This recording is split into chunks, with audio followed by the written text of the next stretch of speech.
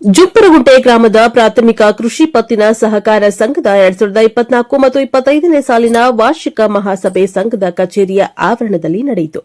ಈ ವೇಳೆ ಸಂಘದ ಅಧ್ಯಕ್ಷ ಜಿಬಿ ಪರಮೇಶ್ವರಪ್ಪ ಸಭೆಯ ಅಧ್ಯಕ್ಷತೆ ವಹಿಸಿ ಮಾತನಾಡಿ, ಸಹಕಾರ ಸಂಘದಲ್ಲಿ ಸಾಲ ಪಡೆದುಕೊಂಡ ರೈತರು ಸಕಾಲಕ್ಕೆ ಸಾಲವನ್ನು ಮರುಪಾವತಿ ಮಾಡಿದಾಗ ಮಾತ್ರ ಸಹಕಾರ ಸಂಘಗಳ ಸಾಧನೆ ಮಾಡಲು ಸಾಧ್ಯವಾಗುತ್ತದೆ. ರೈತರು ಸಂಕಷ್ಟದಲ್ಲಿ ಬೆಳೆ ಸಾಲ ಒಳಗೊಂಡಂತೆ ನಾನಾ ಯೋಜನೆ ಅಡಿಯಲ್ಲಿ ಸಾಲ ಪಡೆದುಕೊಂಡು ಮರುಪಾವತಿ ಮಾಡದೆ ಕೆಲವು ಸುಸ್ತಿಯಾಗಿವೆ. ಈ ರೀತಿಯಾದಾಗ ಬ್ಯಾಂಕಿನವರು ಸಾಲಗಾರರ ಮನೆಯ ಬಾಗಿಲಿಗೆ ಬಂದರೂ ಕೆಲವರು ಸರಿಯಾದ ರೀತಿ ಸ್ಪಂದನೆ ತೋರ್ತಾ ಇಲ್ಲ. ಹೇಗಾದ್ರೆ ಆಡಳಿತ ನಡೆಸುವುದು ಕಷ್ಟ ಆಗುತ್ತದೆ ಎಂದರು. ಸಂಘದ ಮುಖ್ಯ ಕಾರ್ಯನಿರ್ವಹಣಾಧಿಕಾರಿ ಮಹಾಲಿಂಗಪ್ಪ ಮಾತನಾಡಿ, ಜಿಲ್ಲೆಯಲ್ಲಿ ನಮ್ಮ ಸೊಸೈಟಿ ಸಾಧನೆಯಲ್ಲಿ ತುಂಬಾ ಹಿಂದೆ ಉಳಿದಿದೆ. ಸಹಕಾರ ಸಂಘ ಸಾಧನೆಗೊಳ್ಳಬೇಕಾದರೆ ಷೇರುದಾರರ ಸಹಕಾರ ಅತ್ಯಗತ್ಯ ಎಂದರು. ಇದೇ ವೇಳೆ ಸಭೆಯ ನಡಾವಳಿ ಓದಿದ್ರು. ಬಳಿಕ ವಾರ್ಷಿಕ ವರದಿ ಪರಿಗಣಿಸಲಾಯಿತು. ಸಾಲ ಮರುಪಾವತಿ ಜೊತೆ ಪಹಣಿಯಲ್ಲಿನ ತಪ್ಪುಗಳ ತಿದ್ದುಪಡಿ ಹಾಗೂ ಸೌಲಭ್ಯಗಳ ಕಾರ್ಯನಿರ್ವಹಣಾ ನ್ಯೂನತೆ ಕುರಿತು ಚರ್ಚಿಸಲಾಯಿತು. ಸಹಕಾರ ಸಂಘದಿಂದ ರೈತರಿಗೆ ಕ್ರೆಡಿಟ್ ಕಾರ್ಡ್ ಸೌಲಭ್ಯ, ಝೀರೋ ಬಡ್ಡಿ ದರದಲ್ಲಿ ಕೆಸಿಸಿ ಸಾಲ ಸೌಲಭ್ಯ ಸೇರಿದಂತೆ ಇನ್ನಿತರ ಸೌಲಭ್ಯಗಳ ಬಗ್ಗೆ ಸಂಘದ ಅಧ್ಯಕ್ಷರು ತಿಳಿಸಿದ್ದಾರೆ. ಈ ವೇಳೆಯಲ್ಲಿ ಸಂಘದ ಉಪಾಧ್ಯಕ್ಷೆ ಪುಟ್ಟ ನರಸಮ್ಮ, ನಿವೃತ್ತ ಕಾರ್ಯದರ್ಶಿ ಪಟೇಲ್ ರಂಗನಾಥ್, ಮಾಜಿ ಗ್ರಾಮ ಪಂಚಾಯತ್ ಸದಸ್ಯ ನಿಂಗಣ್ಣ, ಚನ್ನಬಸಪ್ಪ, ಪರಮೇಶ್ವರಪ್ಪ ಗೌಡ, ಜಯಣ್ಣ, ಮಲ್ಲಿಕಾರ್ಜುನ್, ಜಯಪ್ರಕಾಶ್, ದೇವರಾಜು, ಜಯಮ್ಮ, ಭಾರತ, ಜಯರಾಮ್, ಚಿತ್ತಪ್ಪ, ಅಂಜನ್ ರೆಡ್ಡಿ ಸೇರಿದಂತೆ ಜುಂಜರಗುಂಟೆ, ಸೂರನಹಳ್ಳಿ, ಚೆನ್ನಮ್ಮ, ನಾಗತಿಹಳ್ಳಿ, ಮುತ್ಸಮುದ್ರ ಗ್ರಾಮಗಳ ರೈತರು ಉಪಸ್ಥಿತರಿದ್ದರು.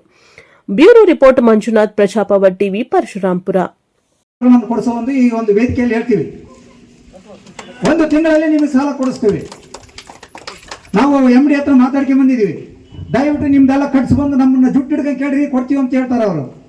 ನಮ್ಮಲ್ಲಿ ತಪ್ಪಿಟ್ಕೊಂಡು ನಾವು ಮಾತಾಡಕ್ಕೆ ಹೋಗಬಾರ್ದು. ಇವತ್ತು ನಮ್ಮ ಸಹಕಾರ ಸಂಘ ಬೆಳಿತಿರೋದು ನಮ್ಮ ರೈತರಿಂದಲೇ. ಯಾವ ಸರ್ಕಾರದಿಂದ ಇದಕ್ಕೆ ಹಣ ಬರಲ್ಲ. ನಮ್ಮ ಸಹಕಾರ ಸಂಘ ಸರ್ಕಾರದಿಂದ ಹಣ ಬರುತ್ತಂದ್ರೆ ತಪ್ಪು ಭಾವನೆ. ಇದು ನಬಾರ್ಡ್ನಿಂದ ಹಣ ಬಂದು ಅವರು ಸಾಲವಾಗಿ ತಂದಿರ್ತಾರೆ. ಅಲ್ಲಿ ಸಾಲವಾಗಿ ತಂದಿರ್ತಕ್ಕಂಥದ್ದು ನಾವು ಕೊಡಲೇಬೇಕು ತಾನೆ. 0% ಬಡ್ಡಿಗೆ ಕೊಡ್ತಾರ ಅಂದಮೇಲೆ ನಾವು ಅದನ್ನು ತಂದು ಕೊಡ್ಬೇಕು ತಾನೆ. 10, 20, 50 ಸಾವಿರ ಎತ್ಕೊಂಡಾರ ಅವ್ರ ಮನೆ ಬಾಗ್ಲಾಗ 50 ಸಾವಿರ ಹೋದ್ರು ಹೋಗ ಕೊಡ್ತೀವಿ, ಮನ್ನಾಗುತ್ತೆ. ಈ ಒಂದು ಭಾವನೆ ಬೇಡ. ನಿಮ್ದು ಯಾವುದೇ ರೀತಿಯಲ್ಲಿ ಒಂದು ಸಾಲ ಚಾಲ್ತಿಯಲ್ಲಿದ್ದರೆ ಇವತ್ತು 50 ಸಾವಿರ ತಗೊಂಡ್ರೆ ಮುಂದೆ 1 ಲಕ್ಷ ತಗೋಬೇಕಂತ ಒಂದು ಯೋಜನೆ ನಮ್ಮಲ್ಲಿದೆ. ದಯವಿಟ್ಟು ಈ ಷೇರ್ದಾರರಾಗಲಿ ರೈತರಾಗಲಿ ಇದೊಂದು ಸ್ವಲ್ಪ ಮನವರಿಕೆ ಮಾಡ್ಕೊಳ್ರಿ. ನಮಗೆ ಸಾಲ ಕೊಡಲಿಲ್ಲ, ಅವ್ರಿಗೆ ಕೊಟ್ಟರು ಇವ್ರಿಗೆ ಕೊಟ್ಟರು ಅಂತ ಅನ್ನೋ ಭಾವನೆ ಬೇಡ. ಯಾರಿಗೂ ಕೊಟ್ಟಿಲ್ಲ. ನಾವು ಮನೆ ಬಾಗಿಲಿಗೆ ಮ್ಯಾನೇಜರ್ನು ಸೂಪರ್ವೈಸರ್ನ ಕರ್ಕೊಂಬಂದು ಮನೆ ಬಾಗಿಲಿಗೆ ಹೋಗಿದ್ವಿ. ಮನೆ ಬಾಗಿಲಿಗೆ ಹೋದ್ರೆ ಅವ್ರ ಹತ್ರ ಅನ್ನಿಸ್ಕೊಂಡು ನಾವಾದ್ರೂ ಯಾರಿಗೆ ಹೇಳಿಲ್ಲ ವಿಚಾರಗಳನ್ನು. ಅವ್ರಿಗೇನೆ ಮೊನ್ನೆ ಸುಸ್ತಿ ಮಾಡಿದವರಿಗೆ ಹಿಂದೆ 1 ವಾರದಲ್ಲೇ ಅವ್ರಿಗೆ ದುಡ್ಡು ಕೊಟ್ಟಿದ್ದೀವಿ. ನಾವು 50 ಸಾವಿರ ಕೊಟ್ಟ ನಿಮ್ಮ ಮೇಲೆ 70 ಸಾವಿರ ಕೊಡಿಸಿದ್ವಿ. ಅನ್ಯಾಯ ಏನು ಮಾಡಿದ್ದು ನಮ್ಮ ಸೊಸೈಟಿಯಲ್ಲಿ? ಯಾಕೆ ಕಟ್ಟಲ್ಲ ದುಡ್ಡು? ಕಟ್ರಿ, ಇಲ್ಲಿ ತಗೊಳ್ರಿ, ಒಳ್ಳೆ ಸಂಘ ಇದು. ಅದು ಬಿಟ್ಟು ನೀವು ಸಾಲ ತಗೊಂಡ್ರೆ ಇಲ್ಲಿ ಬರೋದು, ಇಲ್ಲಿ ಬರ್ಸ್ಕೊಂಬಂದಿಲ್ಲ. ದಯವಿಟ್ಟು ಪಟೇಲಣ್ಣ, ಹಿಂದೆ ಯಾರ್ಯಾರಿಗೆ ನೀವೆಲ್ಲನ ಇಲ್ಲಿ ಸಾಲ ಇರ್ತಕ್ಕಂಥವ್ರಿಗೆಲ್ಲ ಬರ್ಕೊಟ್ಟಿದ್ದಾರೆ, ಅಲ್ಲೇನೂ ತಗೊಂಡಿದ್ದಾರೆ. ಅವೆಲ್ಲ ಯಾರ್ಯಾರು ಒಂದು ಲೀಸ್ಟ್ ಮಾಡಿಕೊಡಿ. ತಿರ್ಗಾ ಮತ್ತೆ ಯಾರೋ ಪ್ರಾಬ್ಲಮ್ ಇದಾವೆಲ್ಲ, ನಾನು ದುಡ್ಡು ಕಟ್ಟಿದ್ದೀನಿ ಮನ್ನಾ ಆಗಿಲ್ಲ ಅಂದರೆ ಯಾರು?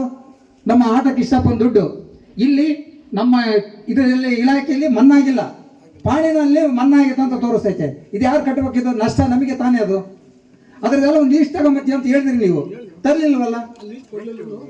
ಸರಿನೇ. ಹಿಂಗೆ ನಾವು ಪ್ರತಿಯೊಬ್ಬರಿಗೆ ಉತ್ತರ ಕೊಡಬೇಕಾಗುತ್ತೆ.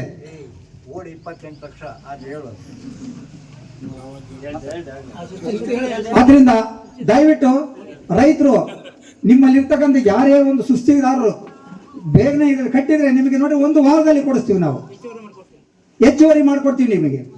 ಮೊದಲು ಕಟ್ಟಿದ್ರೆ ಇನ್ನೂ ಒಂದು 80-90 ಫೈಲ್ಗಳು ಅಳ್ತಾ ಇದಾವೆ. ಅವ್ರು 3 ವರ್ಷ ಆಗೈತೆ ಕೊಟ್ಟು ಸಂಘನ ನೋಡಿ. ಇವರು ಒಂದು ಹೇಳಿದ್ರಲ್ಲ, ಅದೇ ರೀತಿಯಾಗಿ 3 ವರ್ಷ ಇವರೆಲ್ಲ ಕೊಟ್ಟರೆ ಅವ್ರು ಸಾಲ ಕೊಡೋಕೆ ತಯಾರಿದ್ದಾರೆ. ನಮ್ಮ ಒಂದು ಸೊಸೈಟಿ ನಮ್ಮ ಜಿಲ್ಲೆಯಲ್ಲಿ ಡಿಗ್ರೇಡ್ ಆಗಿ ಹೋಗೈತೆ. ನಾವು ಮೊನ್ನೆ DCC ಬ್ಯಾಂಕಿಂದ ಒಂದು ಕಾರ್ಯಕ್ರಮ ಇದ್ದಾಗ ಹೋದಾಗ ಅಲ್ಲಿ ಕೇಳಿದ್ರೆ, ಇಡೀ ಜಿಲ್ಲೆಯಲ್ಲಿ ನಿಮ್ಮ ಸೊಸೈಟಿನೇ ಕೊನೆ ಸೊಸೈಟಿ ಅಂತ ಹೇಳ್ತಾರೆ. ಅಲ್ಲೆಲ್ಲ ಒಳ್ಳೊಳ್ಳೆ ಸಾಧನೆ ಮಾಡತಕ್ಕಂಥ ಸೊಸೈಟಿಗಳನ್ನೆಲ್ಲ ಕುಂಡಿಸಿ ಅವ್ರನ್ನ ಕಾರ್ಯದರ್ಶಿಗಳು, ಅಧ್ಯಕ್ಷರನ್ನ ಸನ್ಮಾನ ಮಾಡ್ತಾ ಇದ್ದಾರೆ. ನಾವು ಆ ಮಟ್ಟಕ್ಕೆ ಬೆಳಿಬೇಕು. ಬೆಳೆದಾಗ ನಮ್ಮ ಒಂದು ಸಹಕಾರ ಸಂಘಕ್ಕೆ ಬೆಲೆ ಇರ್ತದೆ, ರೈತರಿಗೊಂದು ಬೆಲೆ ಇರುತ್ತೆ, ನಿಮಗೆ ಕೊಂಡುಕೊಳ್ಳೋ ವ್ಯವಹಾರನೂ ಬಹಳ ಚೆನ್ನಾಗಿರ್ತದೆ. ಇದನ್ನು ಗಮನದಲ್ಲಿ ಇಟ್ಟುಕೊಂಡು ನಮ್ಮ ಸಹಕಾರ ಸಂಘವನ್ನು ಚೆನ್ನಾಗಿ ಬೆಳೆಸ್ರಿ ಅಂತ ಹೇಳ್ತಾ ನನ್ನ ಮಾತನ್ನು ಮುಗಿಸ್ತಾ ಇದ್ದೀನಿ.